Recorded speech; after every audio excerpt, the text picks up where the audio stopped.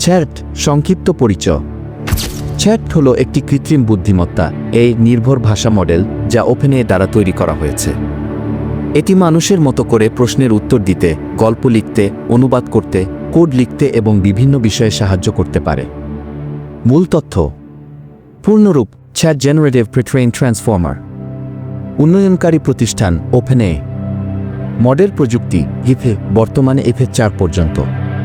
উদ্দেশ্য মানুষের ভাষা বোঝা ও উত্তর দেওয়া।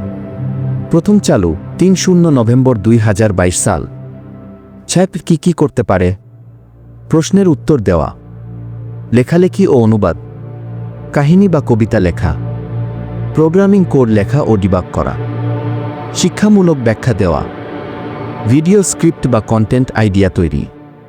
কোথায় ব্যবহার করা যায়?